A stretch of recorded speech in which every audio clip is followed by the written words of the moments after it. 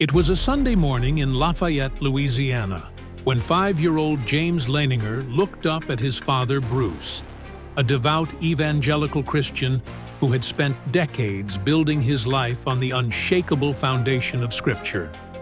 Bruce had read the Bible cover to cover. He taught Sunday school. He believed, without a shadow of doubt, that when a person died, they went to heaven or hell, period. No second chances, no coming back. But his son was about to say something that would shatter everything Bruce thought he knew. "Daddy," James said, his small voice carrying a weight far beyond his years. "I knew you were going to be good parents when I saw you both in that hotel in Hawaii." Bruce froze. He and his wife Andrea had vacationed at the Royal Hawaiian Hotel in Honolulu 5 weeks before Andrea became pregnant with James. They had never told anyone about that trip. They had certainly never told their son. James had never seen a single photograph from that vacation. Yet somehow, impossibly, this 5-year-old boy was describing watching his parents from somewhere else. Somewhere before he existed. Bruce Leininger would spend the next 4 years desperately trying to prove his son wrong. He would consult pastors, pray for guidance, and search Scripture for any explanation that would fit within his Christian worldview. Instead, he would uncover evidence so compelling that it would force him to choose between the faith that had defined his entire life and the undeniable reality standing right in front of him. This is the story of what happens when a child's memories challenge everything a family believes. When a 5-year-old explains reincarnation not with Eastern philosophy or New Age mysticism, but with verifiable facts, historical records, and evidence that would ultimately be examined by researchers at the University of Virginia. Stay with me, because what these children remember has forced scientists, skeptics, and even committed Christians to ask a question that has no comfortable answer. What if we have been here before? James Madison Leininger was born on April 10, 1998, in San Francisco. His parents, Bruce and Andrea, were the picture of American Christian normalcy. Bruce worked in human resources. Andrea had been a professional dancer before becoming a homemaker. They attended church regularly, said grace before meals, and raised their son in the firm belief that Jesus Christ was the way, the truth, and the life. The family moved to Dallas, Texas, and then to Lafayette, Louisiana, settling into a quiet suburban existence. There was nothing unusual about the Leininger household, nothing that would suggest what was about to happen. The first sign came when James was 2 years old. He began having nightmares. Not the ordinary bad dreams that all children experience, but something far more disturbing. Night after night, James would wake up screaming, thrashing in his bed, his small legs kicking wildly upward as if trying to escape from something. "Airplane crash!" he would scream. "Airplane crash on fire! Little man cannot get out!"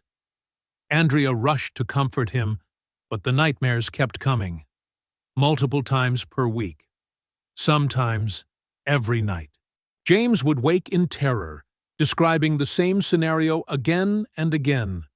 A plane catching fire, crashing, and a person trapped inside who could not escape. At first, Bruce and Andrea assumed it was just childhood imagination run wild.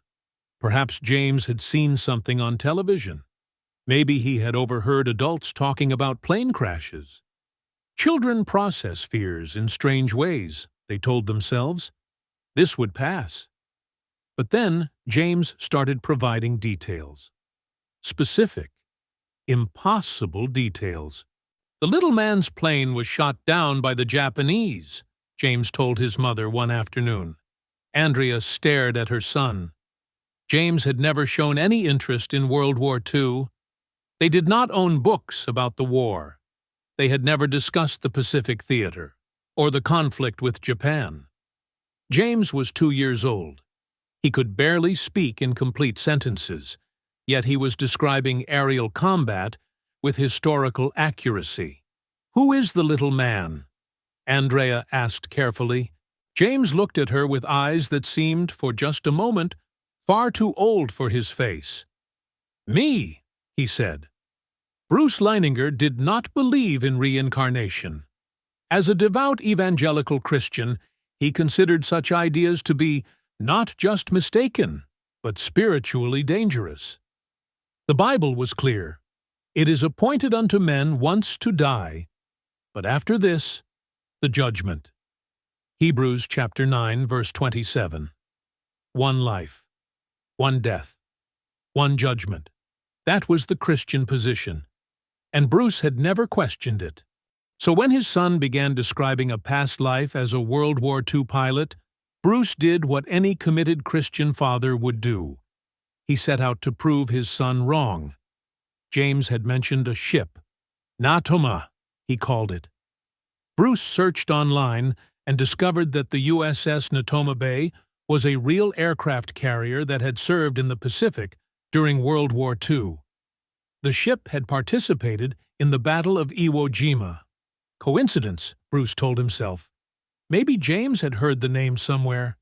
Maybe it was on television. But then James mentioned a friend. "Jack Larson," he said. "He was on the Natoma with me." Bruce tracked down the Natoma Bay Veterans Association.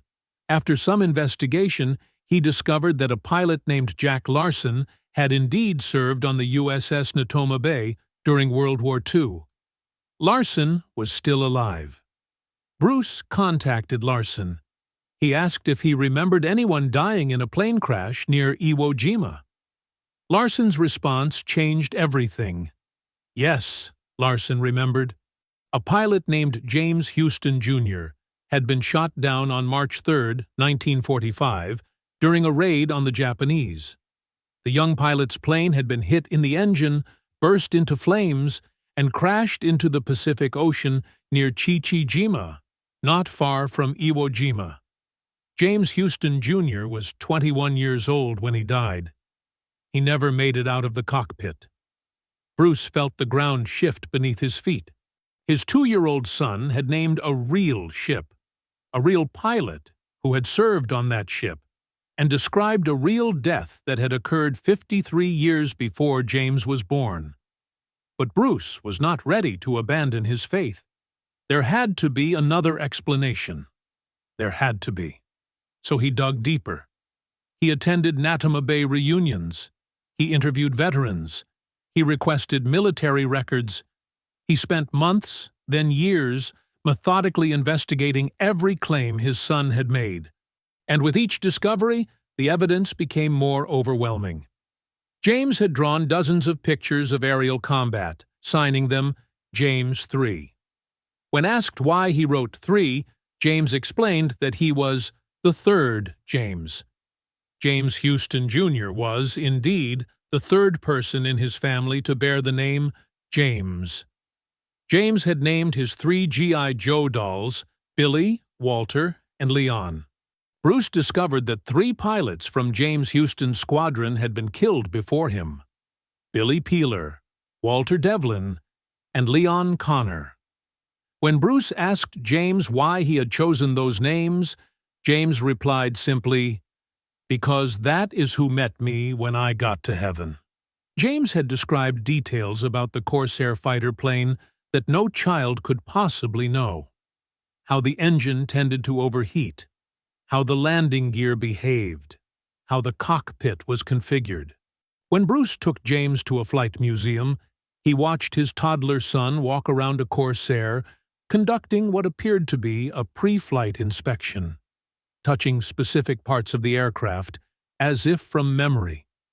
Andrea later recalled that moment. "My son was not even potty-trained yet, but he was checking that airplane like a pilot." For 4 years, Bruce Leininger wrestled with what he was discovering. He had set out to disprove his son's claims, and instead had compiled one of the most thoroughly documented reincarnation cases in American history. He prayed. He consulted his pastor. He searched Scripture for any passage that might explain what was happening to his son without accepting the unthinkable. "I was raised to believe that reincarnation was bullshit," Bruce later admitted in interviews. "I was a born-again Christian. This was not supposed to be possible."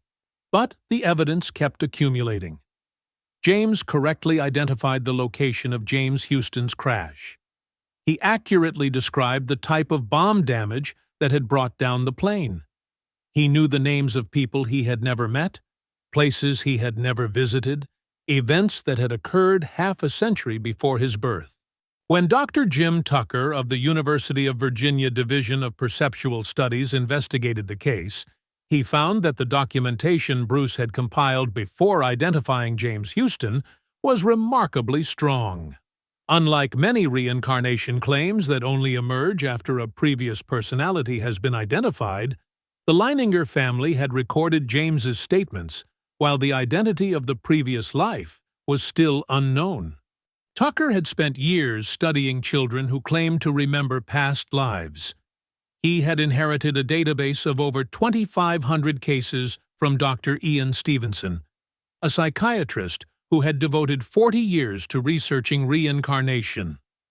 Tucker knew what strong evidence looked like. The James Leininger case, Tucker concluded, was one of the most compelling he had ever examined. But what made this case particularly significant was not just the evidence. It was the source. Bruce Leininger was not a believer looking for confirmation of his spiritual views. He was a skeptic, a committed Christian who found the very idea of reincarnation repugnant. He had every motivation to find a conventional explanation for his son's memories. He had spent years actively trying to debunk the case, and he had failed. In the end, Bruce was forced to confront a possibility he had never imagined. Perhaps the Christianity he had been taught was incomplete. Perhaps there were truths about the soul, about consciousness, about what happens after death, that the Bible had not fully revealed. "I came to see that my standard Christianity was not giving the whole story about what happens when we die," Bruce eventually acknowledged. It was a transformation that took years. A devout evangelical Christian, forced by his own son's inexplicable knowledge to expand his understanding of faith, death, and the nature of the soul. But James Leininger was not alone. In Muskogee, Oklahoma, another Christian family was experiencing something remarkably similar. Ryan Hammons was born in 2004 to Cindy and Kevin Hammons. Kevin was a lieutenant in the Muskogee Police Department. Cindy worked as a deputy county clerk. They were Protestant Christians who attended church regularly and had never given a moment's thought to reincarnation. When Ryan was 4 years old, the nightmares began. He would wake in the middle of the night screaming and clutching his chest. "My heart exploded," he would cry out. "My heart exploded." During the day, Ryan became obsessed with Hollywood. He would demand to be taken home to Los Angeles, a city he had never visited, located thousands of miles from his rural Oklahoma town. He spoke constantly about a glamorous past life filled with movie stars, dance halls, and a swimming pool at a house on a street whose name had rock in it. "I used to be somebody else," Ryan told his mother. "I was big. Now I am little. I liked it better when I was big." Cindy did not know what to do. As a Baptist, she did not believe in reincarnation. The very idea contradicted everything she had been taught in church. But her son's insistence was wearing her down. He was not making up stories. He was remembering something. One day, Cindy took Ryan to the library. She found books about old Hollywood, filled with photographs from the 1920s and 30s. Maybe, she thought, she could show Ryan that his memories were just fantasies built from movies and television shows. Ryan flipped through the pages. Suddenly, he stopped. His small finger landed on a photograph from the 1932 film Night After Night. "That is me," Ryan said, pointing to a man standing in the background. "That is who I was." The man Ryan pointed to was not a movie star. He was not even a credited actor. He was an extra, a background player whose name did not appear in any records Cindy could find. Cindy was disturbed but also relieved. If Ryan was claiming to be someone who could not be identified, then perhaps his memories were just elaborate fantasies after all. How could anyone verify the life of an unnamed extra in a 90-year-old photograph? But Cindy could not shake the feeling that something significant was happening. She contacted Dr. Jim Tucker at the University of Virginia. Tucker traveled to Oklahoma. He listened to Ryan describe his memories in extraordinary detail, traveling overseas by ship, dancing on Broadway, working at an agency where people changed their names, owning a house with a swimming pool. Ryan claimed to have been married multiple times and to have adopted sons who carried his name. A television production company working with Tucker hired a film archivist to identify the man in the photograph. After extensive research, they found a name: Marty Martin. Martin Morris Kolinsky was born in Philadelphia in 1903 to Ukrainian Jewish immigrants. He moved to New York to pursue show business, managed to tap dance on Broadway, then relocated to Los Angeles and changed his name to Marty Martin. Unable to succeed as an actor, he founded a talent agency that became remarkably successful. He traveled to Paris. He was married 4 times. He had multiple stepchildren and adopted sons who took his name. He lived in a house with a swimming pool at 825 North Roxbury Drive in Beverly Hills, a street with Rock in its name. Marty Martin died on Christmas Day, 1964, of a brain hemorrhage. His heart had exploded. When Tucker compared Ryan's statements to the documented facts of Marty Martin's life, he was able to verify 55 specific details. These were not vague generalities that could apply to many people. They were precise facts about an obscure Hollywood figure that a 5-year-old boy in rural Oklahoma could not possibly have known.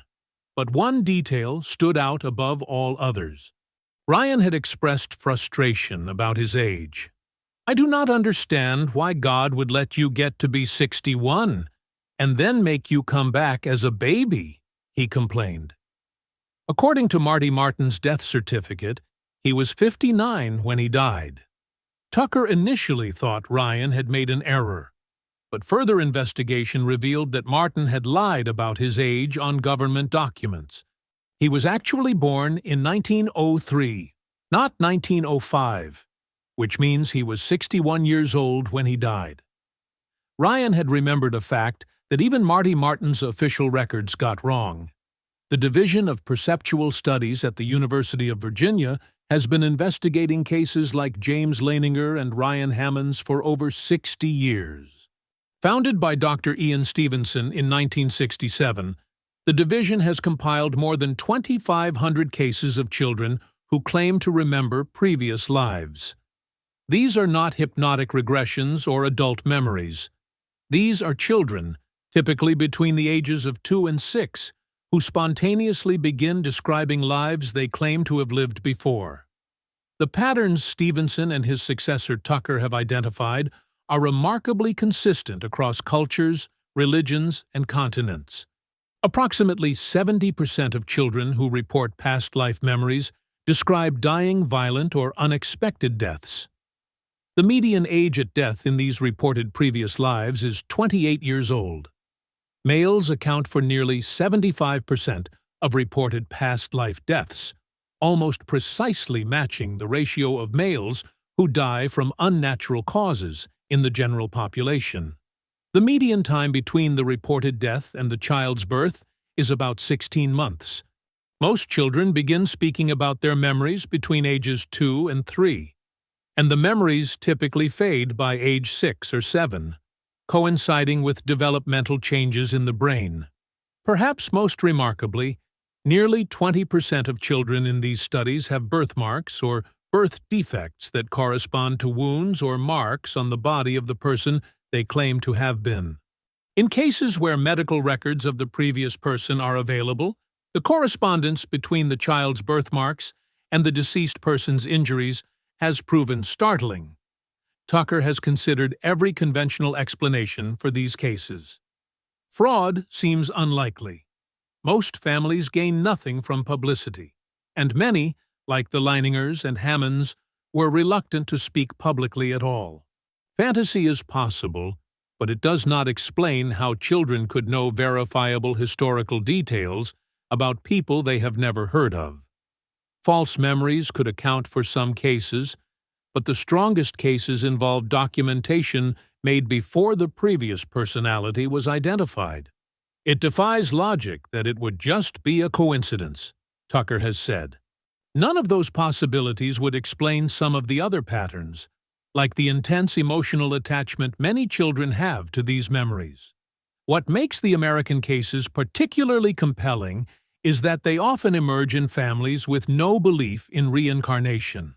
Unlike cases from India, Lebanon, or other cultures where reincarnation is an accepted part of religious tradition, children in the United States make these claims despite cultural and religious environments that actively reject such possibilities. James Leininger and Ryan Hammons were not raised to believe in past lives. Their families were devout Christians who considered reincarnation heretical. Yet both boys remembered details about people who died before they were born, details that were verified through historical research. For Christians confronted with this evidence, the theological implications are profound. The traditional Christian position is clear. The Bible teaches that human beings live once, die once, and then face judgment. There is no cycle of rebirth, no second chances, no return to earthly life in a new body. Yet a 2009 survey by the Pew Forum found that 24% of American Christians expressed belief in reincarnation. In Lithuania, the most Catholic country in Europe, 44% of the population believes in rebirth. How do believers reconcile documented cases of children's past life memories with Scripture? Some point to passages that seem to hint at pre-existence or return. In Matthew chapter 17, Jesus tells his disciples that John the Baptist was Elijah returned. If you are willing to accept it, Jesus says, he is the Elijah who was to come. Early church fathers debated whether this meant literal return or something more metaphorical. Origen of Alexandria, one of the most influential theologians of the 3rd century, wrote extensively about the pre-existence of souls. Though his views were later condemned by church councils, they suggest that early Christianity contained more diverse perspectives on the soul's journey than modern doctrine acknowledges. Others take a different approach entirely. Rather than accepting reincarnation, they propose that what appears to be past life memory might have other explanations. Some suggest demonic deception, arguing that evil spirits could implant false memories to undermine Christian faith. Others propose that these memories might represent some form of genetic memory or collective unconscious rather than actual rebirth. But for families like the Leiningers and Hammons, abstract theological debates are less important than the concrete reality of their children's experiences. These were not stories invented for attention or money. They were vivid, consistent memories that emerged spontaneously in very young children. Memories that proved accurate when investigated. What does a Christian parent do when their child describes a death that happened before they were born? What does faith require when evidence contradicts doctrine? Bruce Leininger ultimately chose to expand his faith rather than deny his son's experience. God's truth is bigger and wider than the human mind can comprehend, as one Methodist pastor wrote when reflecting on these cases. For Ryan Hammons, The resolution was different but equally challenging. As he grew older, he developed an intense interest in Judaism, the religion of Marty Martin. This created what his mother described as friction in their Christian household. Ryan was drawn to something that felt like home, even though it contradicted everything his family believed. The children at the center of these cases rarely understand the controversy they create. To them, their memories are simply part of who they are. When James Leininger finally met Ann Houston Barron, the elderly sister of James Houston Jr., the man James claimed to have been, he brought her a gift, a small bronze bust of George Washington. When Ann asked why he had chosen that particular gift, James explained that in his previous life he had given her a similar bust. Ann confirmed that her brother had indeed given her such a bust many years ago. For James, the meeting was closure. The nightmares that had plagued him for years began to fade. By the time he was 8 or 9, he could no longer remember the details that had once been so vivid. The personality of James Houston Jr. had receded, leaving only James Leininger behind. This, too, is consistent with the research. Dr. Tucker notes that children typically lose their past life memories by age 6 or 7, coinciding with what neuroscientists call the time when children's brains ready themselves for a new stage of development. Whatever neural mechanisms might be responsible for these memories, they seem to exist only in early childhood. Ryan Hammons also began to forget as he grew older. By his teenage years, the vivid memories of Broadway, Hollywood, and Marty Martin's glamorous life had become distant echoes. But some things remained. His love of 1950s music, his interest in Judaism, his tendency toward political conservatism, mirroring the Republican leanings of Marty Martin. Were these personality remnants evidence of a soul that had journeyed from one body to another? Or were they simply the quirks of an individual mind that happened to align with the life of a long-dead Hollywood figure? The scientific answer remains uncertain. Dr. Tucker has proposed that consciousness might be something more fundamental than the product of brain activity, something that could potentially survive the death of the body and manifest again in a new form. This aligns with theoretical ideas from quantum physics about the nature of consciousness and reality. But Tucker is careful not to overstate his conclusions. These cases demand an explanation, he has said. We cannot just write them off or explain them away as some sort of normal cultural thing. In 1945, a young pilot named James Houston Jr. climbed into the cockpit of his aircraft for the last time. He flew toward a Japanese position near Iwo Jima. His plane was hit. It caught fire. He could not escape. 53 years later, a boy was born in San Francisco. Within 2 years, he began screaming in the night about airplane crashes and fire. He knew names he should not have known, places he should not have remembered, facts that would take his skeptical Christian father years to verify. In 1964, a Hollywood talent agent named Marty Martin collapsed from a brain hemorrhage. His heart gave out on Christmas Day.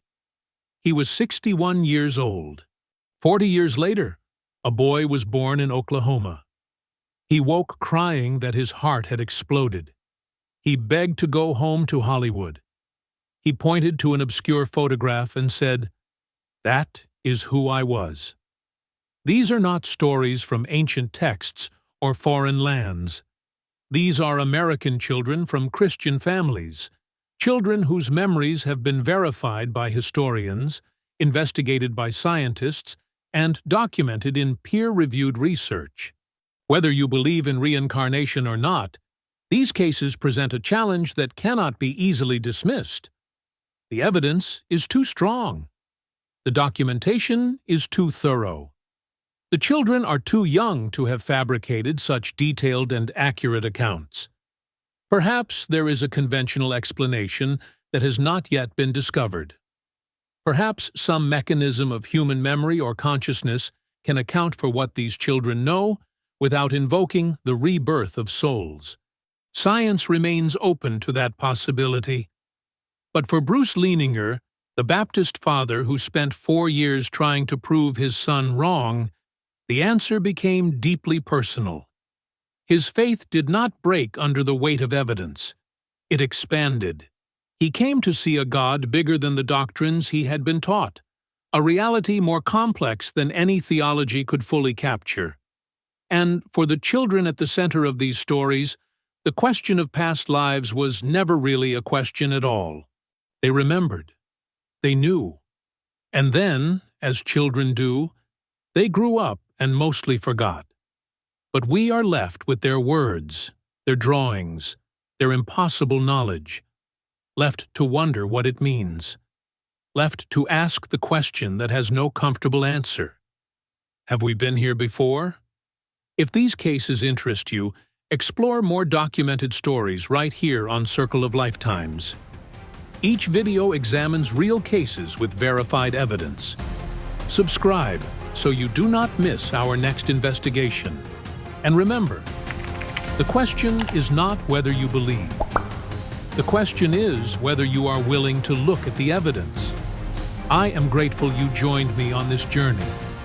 Until next time, keep questioning, keep searching, and keep an open mind about the mysteries that surround us all.